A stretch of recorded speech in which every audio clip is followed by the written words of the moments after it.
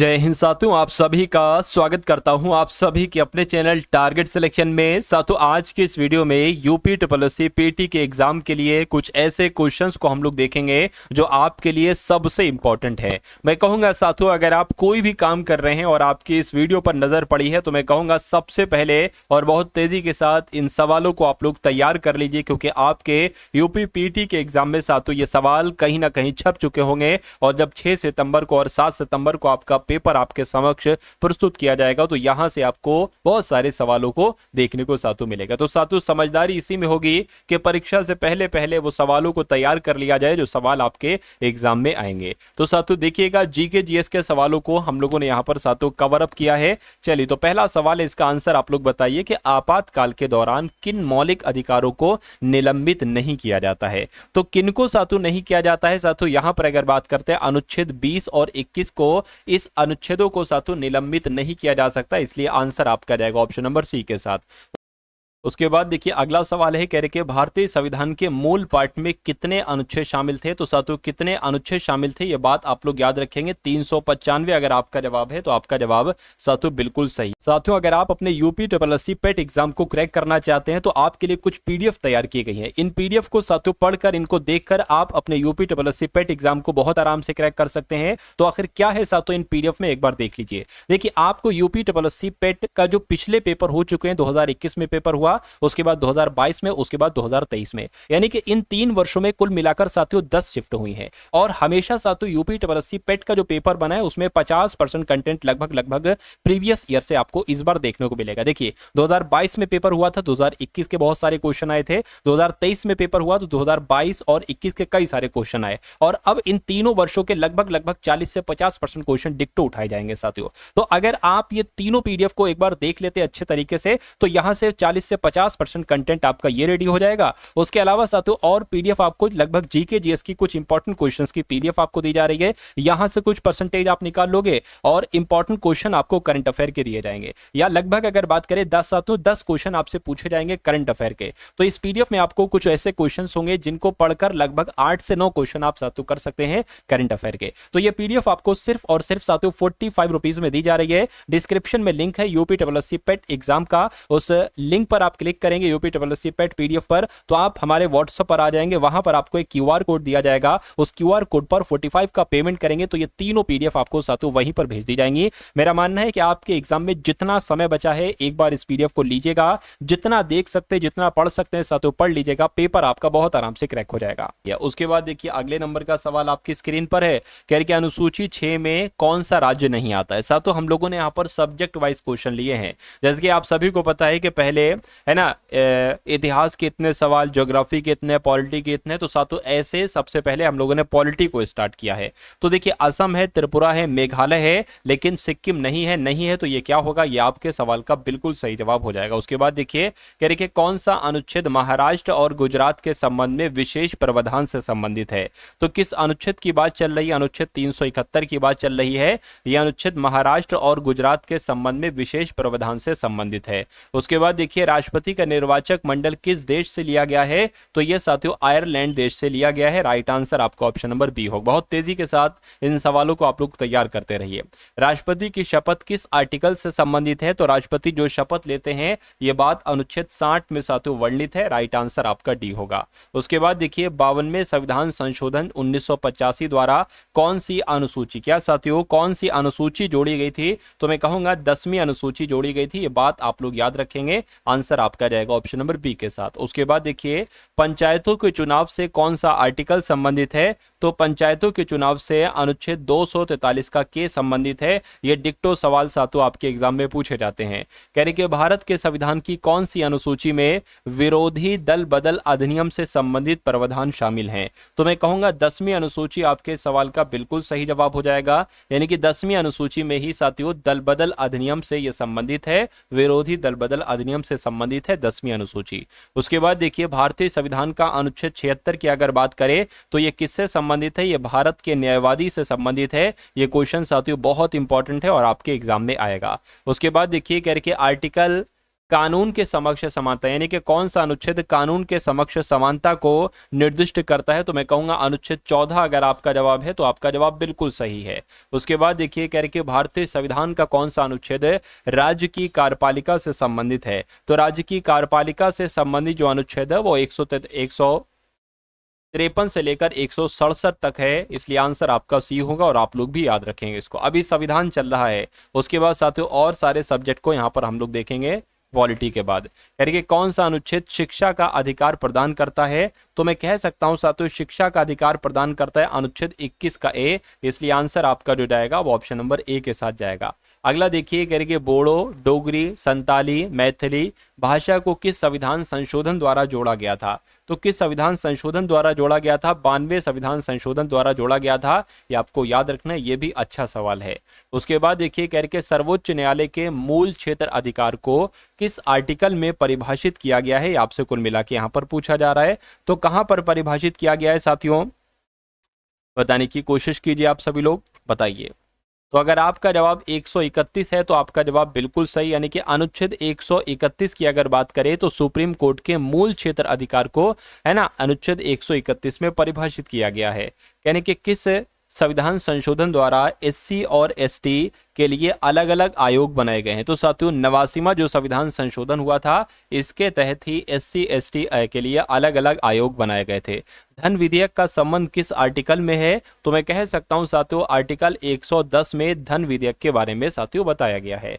उसके बाद देखिए अगला सवाल है, कह रही कि अनुच्छेद 21 का ए किससे संबंधित है? तो ये समानता से संबंधित है, शिक्षा के अधिकार से संबंधित है। मैं कहूंगा अनुच्छेद ए की अगर बात करते 21 का ए, ये शिक्षा के अधिकार से संबंधित है, राइट टू एजुकेशन से संबंधित है। उसके बाद देखिए अगला सवाल कह रहे कि भारतीय जनगणना 2011 कितनी भाषाओं में आयोजित की गई थी? तो साथियों पता 2011 की जनगणना कितनी भाषाओं में? मैं कहूंगा 16 भाषाओं में साथियों आयोजित की गई थी, आपको याद रखना है। राइट आंसर आपका ऑप्शन नंबर बी होगा। कह रहे कि 10 वर्षीय जनगणना, अब देखिए सब्जेक्ट यहां पर चेंज हो गया है ना, सब्जेक्ट आपका यहां पर साथियों चेंज हो गया, ज्योग्राफी वगैरह यहां पर आ गए हैं। कह रहे कि भारत में 10 वर्षीय जनगणना विधिवत रूप से किस वर्ष में आरंभ हुई थी? तो 1881 में साथियों विधिवत रूप से आरंभ हुई थी 10 वर्षीय जनगणना, जिनका आंसर बी है, तो बिल्कुल सही है। कह रहे कि निम्नलिखित में से किस का जनसंख्या घनत्व सबसे अधिक है? तो सबसे ज्यादा जनसंख्या घनत्व में से साथियों किसका है, ये आपसे पूछा जा रहा है। फटाफट आप लोग यहाँ पर मुझे बता दीजिए, है ना। देखिए अब यहाँ पर तरीके से अगर बात करते हैं, अगर यहाँ पर लिखा होता राज्य, है ना, क्या लिखा होता? अगर राज्य लिखा होता तो बिहार आपका जवाब हो जाता, लेकिन केंद्र शासित प्रदेश लिखा होता तो दिल्ली हो जाता। दिल्ली का अच्छा जनसंख्या घनत्व कितना है साथियों? 11,320 व्यक्ति प्रति वर्ग किलोमीटर। बिहार की अगर बात करते हो तो बिहार का साथियों 1106 व्यक्ति प्रति वर्ग किलोमीटर है। तो यहाँ पर आपका जवाब जो जाएगा वो दिल्ली जाए, क्योंकि यहाँ पर राज्य भी नहीं लिखा है, केंद्र शासित प्रदेश भी नहीं लिखा है। सबसे ज्यादा जनसंख्या घनत्व कहाँ का है? तो दिल्ली आपका सही जवाब हो जाएगा। अगर राज्य लिखा होता तो साथियों वहां पर आपका बिहार राज्य आपका आंसर हो पाता। तो उसके बाद देखिए साथियों अगले नंबर का सवाल आपकी स्क्रीन पर है। आपसे कहा जा रहा है कि निम्नलिखित में से किस एक राज्य में साक्षरता का उच्चतम स्तर है? तो साक्षरता का उच्चतम स्तर आपसे यहाँ पर साथियों पूछा जा रहा है, कहाँ का है? मिजोरम का है। मिजोरम आपके सवाल का बिल्कुल सही जवाब हो जाएगा। उसके बाद देखिए कह रहे कि 2011 की जनगणना के अनुसार भारत के किस राज्य की जनसंख्या सबसे कम है? तो भारत के राज्य की जनसंख्या सबसे कम की अगर बात करते हैं तो साथियों सिक्किम आपका जवाब हो जाएगा, जिनका भी आंसर ऑप्शन नंबर डी है, तो बिल्कुल सही है।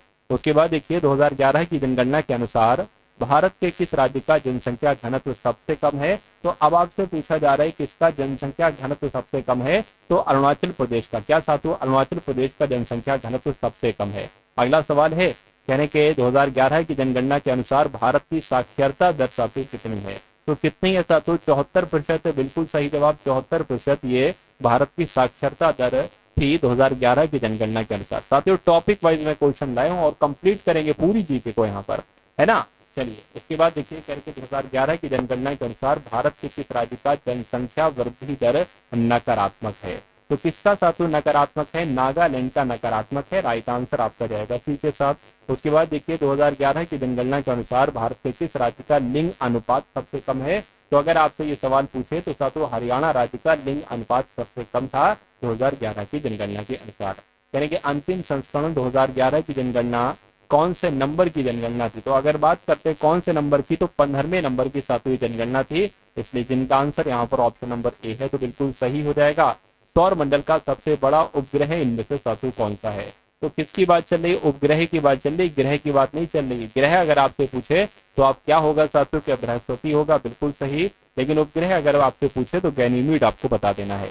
सौरमंडल के बाहर सीरियस नामक चमकीले तारे को क्या एक तरीके से, सौरमंडल के बाहर सीरियस नामक चमकीले तारे को एक तरीके से क्या कहा जाता है, तो डॉग स्टार कहा जाता है। डॉग स्टार आपके सवाल का बिल्कुल सही जवाब है। अगला देखिए, हमारे सौरमंडल का सबसे निकटतम तारा कौन सा है। तो सबसे निकटतम तारा प्रॉक्सिमा सेंचुरी है, बिल्कुल सही जवाब प्रॉक्सिमा सेंचुरी है। अगला देखिए, निम्नलिखित में से कौन सा सौर परिवार से संबंधित नहीं है। तो सौर परिवार के अंतर्गत देखिए धूमकेतु आते हैं, ग्रह आते हैं, शुद्ध ग्रह आते हैं, लेकिन निहारिका नहीं आती। निहारिका नहीं आती है, तो यही आपका आंसर है। अगला देखिए, करके निम्नलिखित में से कौन सा ग्रह सौर मंडल का नहीं है। तो सौर मंडल का कौन सा नहीं, देखिए ये 3 तो सौर मंडल के ग्रह हैं, लेकिन फ्लोरिडा नहीं है। अब नहीं है साथियों, तो यही आपका आंसर है। सबसे चमकीला ग्रह बताइए कौन सा है साथियों। तो सबसे चमकीले ग्रह की अगर बात करते हैं तो शुक्र ग्रह जो है ना, ये सबसे चमकीला ग्रह है। सौरमंडल का सबसे गर्म ग्रह कौन सा है, तो मैं कहूंगा साथियों शुक्र ही सौरमंडल का सबसे गर्म ग्रह। आंसर आपका ए होगा। पृथ्वी अपने अक्ष पर घूमती है, तो साथियों कैसे घूमती है, ये पश्चिम से पूर्व की ओर साथियों घूमती है। आंसर आपका ऑप्शन नंबर सी होगा। उसके बाद देखिए साथियों, अगला सवाल है, आपसे पूछा जा रहा है कि आकार की दृष्टि से सौर मंडल में पृथ्वी का कौन सा स्थान है। तो अगर साथियों आकार की दृष्टि से हम बात करते हैं तो पृथ्वी का 5वां स्थान है। आंसर आपका ऑप्शन नंबर सी होगा। उसके बाद देखिए कह रहे कि नीला ग्रह किसे कहा जाता है। नीला ग्रह क्या पृथ्वी को, वरुण को, बुध को, अरुण को। तो अगर आपका जवाब साथियों पृथ्वी है तो आपका जवाब यहाँ पर बिल्कुल सही और सटीक हो जाएगा भाई, बहुत बढ़िया, वेरी गुड क्लास। उसके बाद देखिए अगला सवाल है, कहा जा रहा है कि सरहुल महोत्सव साथियों किस राज्य में मनाया जाता है, मुझे बताइए। तो सरहुल महोत्सव की अगर बात करें, कई बार आपके एग्जाम में पूछा जा चुका है, कहां पर मनाया जाता है साथियों, झारखंड में मनाया जाता है सरहुल महोत्सव। आंसर आपका ऑप्शन नंबर बी होगा। कह रहे कि विश्वनाथ मंदिर किस राज्य में स्थित है। तो विश्वनाथ मंदिर की अगर बात करते हैं, ये साथियों उत्तर प्रदेश में स्थित है। कहां पर, उत्तर प्रदेश में स्थित है विश्वनाथ मंदिर। अगला देखिए कह रहे कि किस स्थान पर कुंभ मेले का आयोजन नहीं किया जाता है, बताइए। देखिए अगर हम बात करते हैं साथ, तो इलाहाबाद, उज्जैन, हरिद्वार यहां पर तो किया जाता है, लेकिन चेन्नई में नहीं किया जाता, इसलिए जिनका आंसर ऑप्शन नंबर ए है तो बिल्कुल सही है। और अगला देखिए करके रंगोली बिहू नामक त्योहार किस राज्य का प्रसिद्ध त्योहार है। तो ये कहां पर होता है साथियों, ये असम में होता है। ये बात आप लोग यहां पर याद रखेंगे। आंसर आपका ऑप्शन नंबर डी होगा। करके 7 सहेलियों का मंदिर ये किस राज्य में स्थित है, बताइए। तो आपको सातों ध्यान रखना चाहिए कि ये राजस्थान में स्थित है। 7 सहेलियों का मंदिर राजस्थान में ही है। कह रहे कि पुष्कर मेला किस राज्य में आयोजित किया जाता है। तो सातों ये राजस्थान में आयोजित किया जाता है। पुष्कर मेला कहां पर लगता है, राजस्थान में। उसके बाद देखिए मीनाक्षी अम्मान मंदिर ये कहां पर स्थित है। तो ये साथियों पता तमिलनाडु में स्थित है। कहां पर, तमिलनाडु में स्थित है मीनाक्षी अम्मान मंदिर। उसके बाद देखिए कह रहे कि तमिलनाडु में नटराज मंदिर का निर्माण किस राजवंश ने करवाया था। तो मैं कह सकता हूं साथियों चोल वंश के द्वारा ही तमिलनाडु में नटराज मंदिर का निर्माण करवाया गया था। पूछा आपसे यह भी जा सकता है कि भैया है ना कि नटराज मंदिर कहां पर है, तो आपको डायरेक्ट बता देना है कि ये तो तमिलनाडु में ही स्थित है। उसके बाद देखिए अगला सवाल कह रहे कि अंबुबाची मेले का आयोजन किस राज्य में किया जाता है, फटाफट आप लोग बताइए। तो अंबुबाची की अगर बात करते हैं तो ये साथियों असम में होता है। क्या अंबुबाची मेला कहां पर होता है, असम में होता है। आंसर आपका ऑप्शन नंबर बी होगा। कह रहे के साथियों होसलेश्वर मंदिर कहां पर स्थित है, फटाफट बताइए। साथियों देखिए ये सारे के सारे टॉप लेवल के क्वेश्चंस हैं जो आपको आपके एग्जाम में देखने को मिलेंगे यूपी पेट के। तो अगर आपने अभी तक इस वीडियो को लाइक नहीं किया है तो वीडियो को लाइक कर दीजिए। चैनल पर अगर आप लोग नए हैं तो साथियों इस चैनल को ध्यान से देख लीजिए। टारगेट सिलेक्शन ये आपका साथियों सिलेक्शन बड़े ही आराम से करवा सकता है, बशर्ते जितना कंटेंट आपको दिया जाए उतना कंटेंट अगर आप पढ़ लेते हैं बहुत अच्छे तरीके से। तो टारगेट सिलेक्शन साथियों ये ऑफिशियल चैनल है येलो लोगो वाला। अगर इसके वैसे तो अन्य बहुत सारे चैनल है जो हमारे वीडियोस को डाउनलोड करके डालते हैं, मुझे कोई आपत्ति नहीं। अगर आप उस चैनल से पढ़ रहे हैं तो अच्छी बात है, कोई दिक्कत नहीं। लेकिन यहाँ पर साथियों बहुत सारे क्लासेस आपको मिल जाएंगे, हो सकता है वहां उतनी आपको ना मिल सके।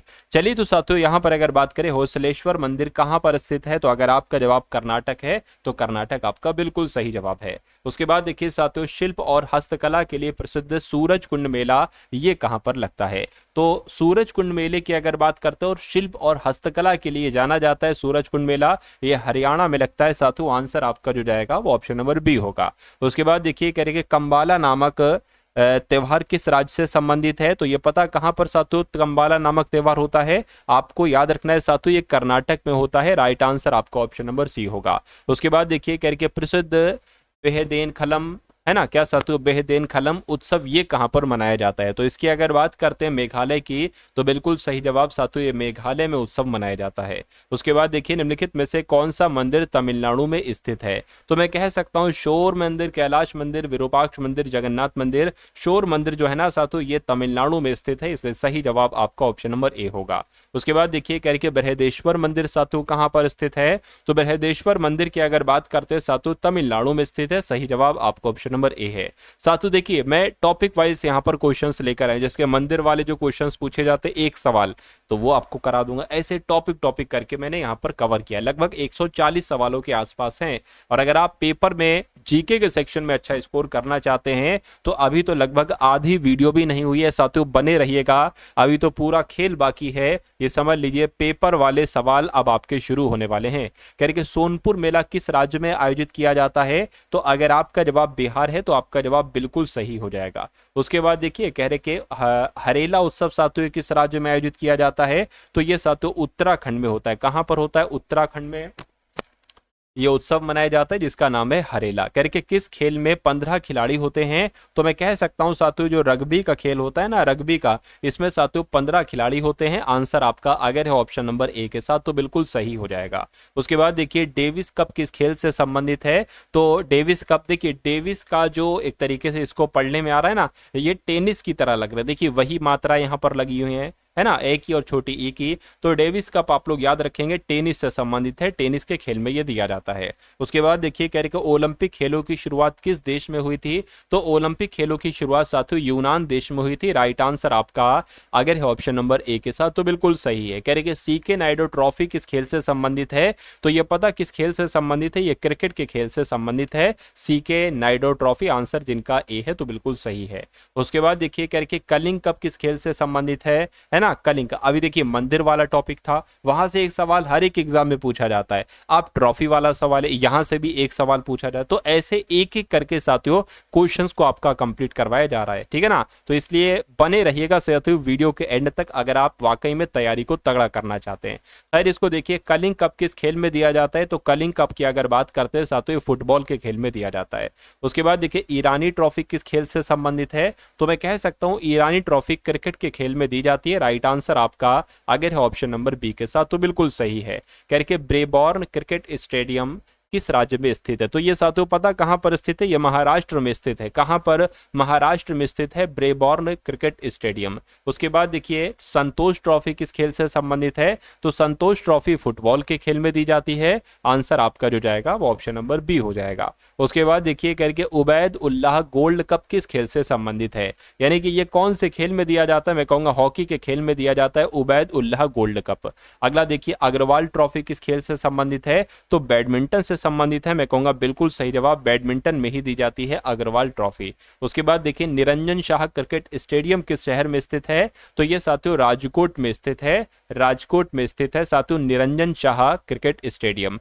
आयरन शब्द किस खेल से संबंधित है? तो गोल्फ खेल से संबंधित है साथियों आयरन। क्या? आयरन की अगर बात करते हैं गोल्फ खेल से संबंधित है। कह रहे कि बास्केटबॉल में एक टीम में कितने खिलाड़ी होते हैं? तो एक टीम में साथियों 5 प्लेयर्स होते हैं। आंसर आपको ऑप्शन नंबर ए होगा। उसके बाद देखिए बेसबॉल में एक टीम से एक समय में कितने खिलाड़ी खेल सकते हैं? तो कितने खिलाड़ी खेल सकते हैं? मैं कह सकता हूं साथियों 9 खिलाड़ी खेल सकते हैं। आंसर आपको ऑप्शन नंबर सी होगा। उसके बाद देखते हैं साथियों यहां पर नेक्स्ट नंबर का सवाल है। यहाँ पर अगर बात करें कि होलकर स्टेडियम ये कहाँ पर स्थित है साथियों, फटाफट मुझे बता दीजिए। तो अगर ये सवाल आपके एग्जाम में आ जाए, आपसे पूछा जाए तो आपको इंदौर बता देना है साथियों, इंदौर में है होलकर स्टेडियम। उसके बाद देखिए कह रहे रेखा गुप्ता किस राज्य या केंद्र शासित प्रदेश की चौथी महिला मुख्यमंत्री नियुक्त हुई है? तो यहाँ पर अगर बात करें साथियों दिल्ली की ये मुख्यमंत्री बनी है, इनका नाम है रेखा गुप्ता। ये सवाल आपके एग्जाम में पूछा जा सकता है। यानी कि आनंदीबेन पटेल इनमें से किस राज्य की राज्यपाल हैं? तो आनंदीबेन पटेल की अगर बात करते हैं तो ये साथियों अपने उत्तर प्रदेश राज्य की राज्यपाल है। राइट आंसर अगर आपका है ऑप्शन नंबर ए के साथ तो बिल्कुल सही हो जाएगा।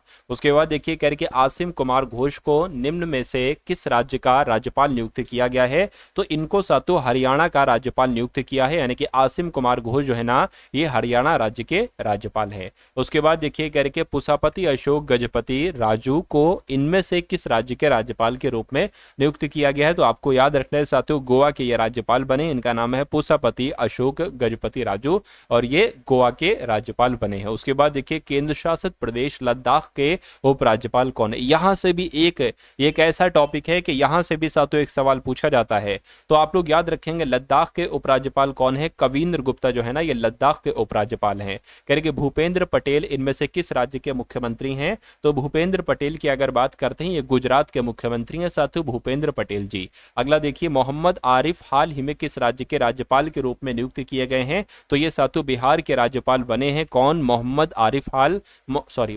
आरिफ, ये आपको याद रखना है, ये हाल ही में बिहार राज्य के राज्यपाल नियुक्त किए गए हैं। करके किसे हाल ही में मिजोरम का राज्यपाल नियुक्त किया गया है, तो मैं कह सकता हूं विजय कुमार सिंह इनका नाम है और विजय कुमार सिंह को मिजोरम का राज्यपाल बनाया गया है। उसके बाद देखिए हरिबाबू कंभमपति को हाल ही में किस राज्य के राज्यपाल के रूप में नियुक्त किया गया है, तो ये साथियों ओडिशा के बने। कहाँ के?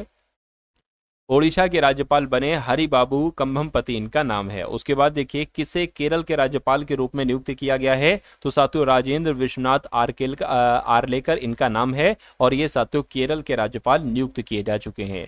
कह रहे कि किसे गोवा का मुख्यमंत्री चुना गया है, तो गोवा का मुख्यमंत्री प्रमोद सावंत को चुना गया है। ये बहुत इंपॉर्टेंट क्वेश्चन है साथियों। प्रमोद सावंत कौन बने हैं, ये साथियों प्रमोद सावंत जी गोवा के मुख्यमंत्री बने हैं। आंसर आपका ऑप्शन नंबर बी होगा। उसके बाद देखिए अगला सवाल है आपकी स्क्रीन पर करके डॉक्टर मोहन यादव को किस राज्य के मुख्यमंत्री के रूप में चुना गया है, तो ये अगर बात करते हैं मध्य प्रदेश की, तो मध्य प्रदेश आपके सवाल का बिल्कुल सही और सटीक जवाब हो जाएगा। मोहन यादव को मध्य प्रदेश का मुख्यमंत्री साथियों चुना गया है ना। चलिए उसके बाद देखिए अगला सवाल आपकी स्क्रीन पर है करके कौन कर्नाटक के मुख्यमंत्री बने हैं, तो साथियों इनका नाम है ना, इनका नाम क्या है साथियों? सिद्धारमैया, और ये कर्नाटक के मुख्यमंत्री हैं। नाम इनका क्या है? सिद्धारामैया नाम है, थोड़ा सा अजीब करके नाम है। करके अजय कुमार भल्ला को हाल ही में किस राज्य के राज्यपाल नियुक्त किया गया है, तो ये साथियों मणिपुर के बने, मणिपुर के राज्यपाल बने हैं अजय कुमार भल्ला। उसके बाद देखिए करके असम के नए राज्यपाल किसको चुना गया, असम के राज्यपाल कौन बने हैं, तो लक्ष्मण प्रसाद आचार्य इनका नाम है और लक्ष्मण प्रसाद आचार्य ही साथियों असम के राज्यपाल बने हैं। ये भी क्वेश्चन बहुत इंपॉर्टेंट है। उसके बाद देखिए अगला सवाल करके निम्नलिखित में से किस लेखक ने पंचतंत्र पुस्तक लिखी, तो पंचतंत्र नामक पुस्तक किसने लिखी साथियों? अगर आपका जवाब ऑप्शन नंबर ए के साथ है तो आपका जवाब बिल्कुल सही हो जाएगा। विष्णु शर्मा के द्वारा ही पंचतंत्र नामक पुस्तक लिखी गई। कहने के विशाख दत्त ने निम्नलिखित में से कौन सी पुस्तक लिखी थी, तो विशाख दत्त की अगर बात करते साथियों इन्होंने तो मुद्रा राक्षस नामक पुस्तक लिखी थी। राइट आंसर आपका ऑप्शन नंबर डी होगा, डी नहीं बल्कि सी होगा। उसके बाद देखिए कह रहे कि निम्नलिखित में से किस लेखक ने मृच्छकटिकम नामक पुस्तक लिखी, तो मृच्छकटिकम नामक पुस्तक साथियों शूद्रक ने लिखी। किसने लिखी? शूद्रक ने लिखी। तो आपका आंसर अगर ऑप्शन नंबर सी है तो बिल्कुल सही है। और मानसरोवर नामक किताब के लेखक कौन है, तो मुंशी प्रेमचंद्र ही साथियों मानसरोवर नामक पुस्तक के लेखक हैं। अगला सवाल देखिए मालगुडी डेज के लेखक कौन है, तो मालगुडी डेज के लेखक साथियों आर के नारायण है। कौन है? आर के नारायण आपके सवाल का बिल्कुल सही जवाब है। उसके बाद देखिए यानी कि निम्नलिखित में से किस लेखक ने गीत गोविंद पुस्तक लिखी, तो गीत गोविंद लेखक की अगर बात करते हैं गीत गोविंद पुस्तक के लेखक कौन है? जयदेव है। आंसर आपका सी होगा।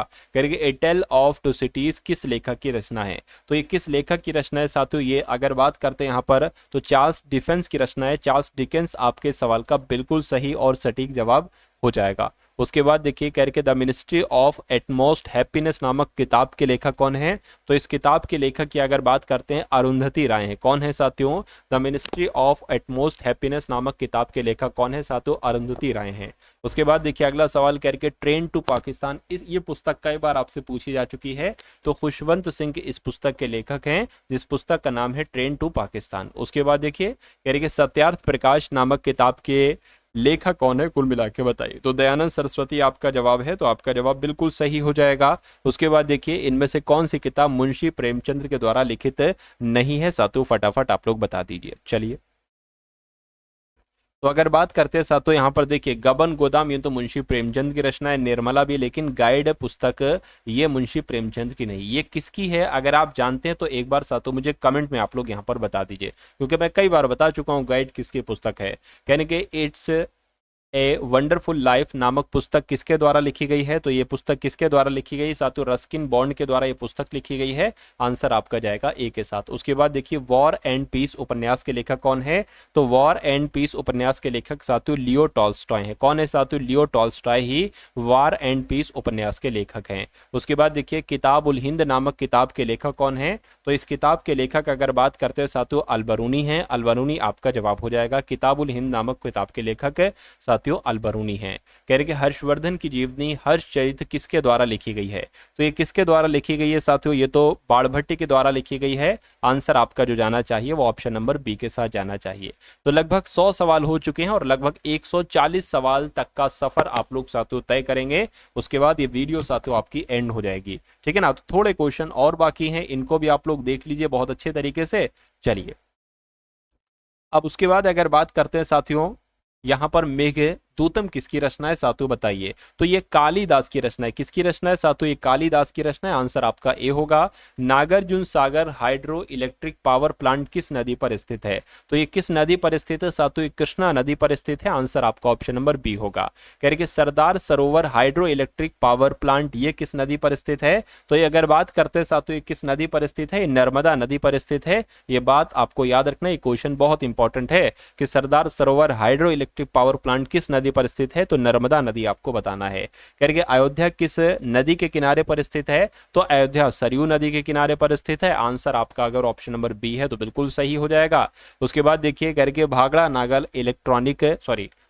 Nagal hydro electric power plant ये किस नदी पर स्थित है? तो ये चिनाब नदी पर स्थित है, रावी नदी पर स्थित है, सतलुज या साथियों व्यास नदी पर स्थित है। तो आपको याद रखना है ये सतलुज नदी पर स्थित है। आंसर आपका जाएगा ऑप्शन नंबर सी के साथ। उसके बाद देखिए अगला सवाल Salal hydro electric power plant ये किस नदी पर स्थित है? तो ये चिनाब नदी पर स्थित है साथियों। ये भी आपको यहाँ पर याद रखना है, आपको मालूम होना चाहिए।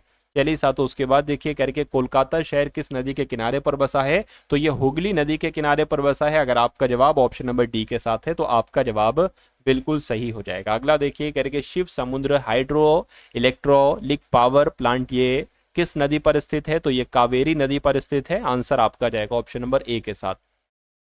अगला देखिए भाखड़ा नागल परियोजना ये किस राज्य में स्थित है? तो ये तो साथियों पंजाब में स्थित है। कहां पर भाखड़ा नागल परियोजना स्थित है? पंजाब में स्थित है। अगला देखिए लखनऊ शहर किस नदी के किनारे पर स्थित है? तो लखनऊ शहर की अगर बात करते हैं साथियों गोमती नदी के किनारे पर स्थित है। राइट आंसर अगर आपका ऑप्शन नंबर है सी तो बिल्कुल सही है।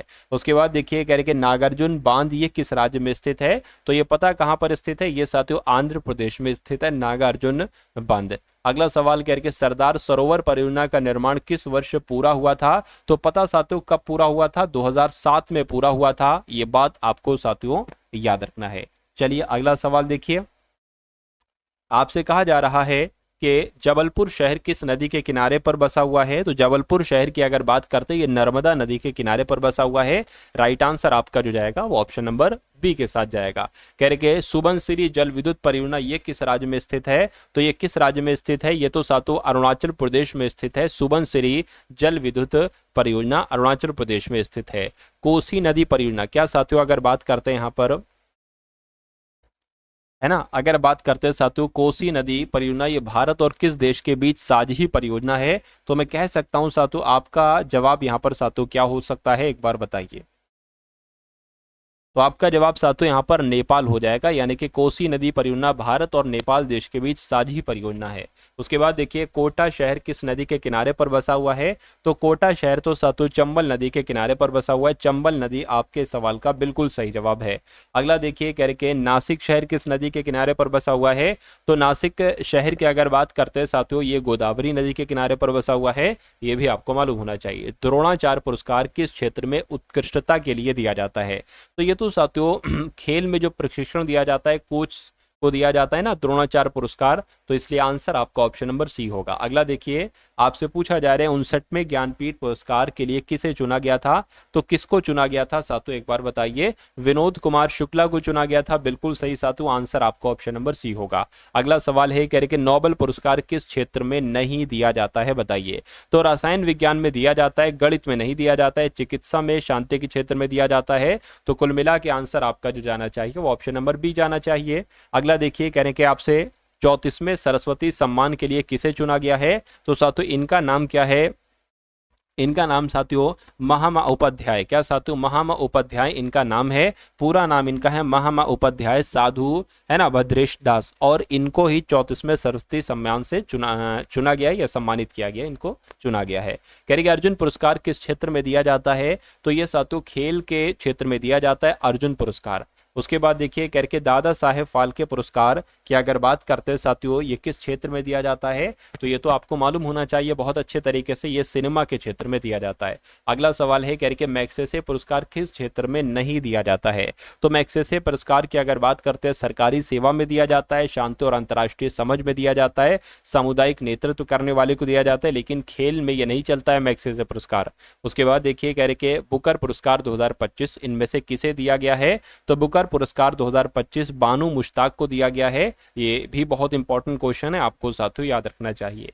यानी कि पुलित्जर पुरस्कार किस क्षेत्र में दिया जाता है, तो ये साथियों पत्रकारिता में दिया जाता है ना, पत्रकारिता में दिया जाता है, बात आपको ध्यान रखना है। उसके बाद देखिए, कालिंगा पुरस्कार 2024 हाल ही में किसे प्रदान किया गया है, तो ये पता किसे प्रदान किया गया, धर्मेंद्र प्रधान जी को साथियों प्रदान किया गया, आंसर आपका ए होगा। अगला देखिए, यहाँ पर अगर बात करें 34वें व्यास सम्मान 2024 से किसको सम्मानित किया गया था, साथियों इनका नाम क्या है, सूरबाला इनका नाम है, और इनको ही साथियों सम्मानित किया गया था।